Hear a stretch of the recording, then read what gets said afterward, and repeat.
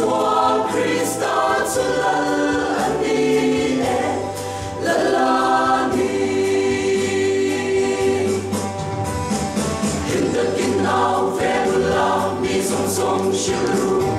Yeshua Lalani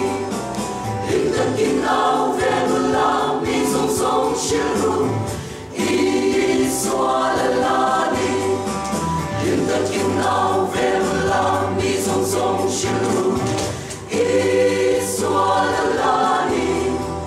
Yeshua Krista Tsulani Lalani Odali sugay po kanuna yalang ituring Kadu tsemin puiro Nang mga klongin nitutua om higadu Nunay nising Kanunya nilang nahiponto sila Kanunaya iming sa hifagrose Yeshua Krista Tsulani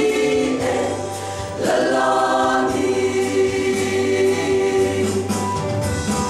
Hindakin au Vebula Mizong Song Shiru Yeshua Lalani Hindakin au Vebula Mizong Song Shiru Yeshua Lalani Hindakin au Vebula Mizong Song Shiru Yeshua Lalani Yeshua Krista Tsulani Lalani Hindakin au Vebula Mizong Song Shiru Yeshua Lalani Hindakin au Vebula Mizong Song Shiru Yeshua Lalani Hindakin au Vebula Mizong Song Shiru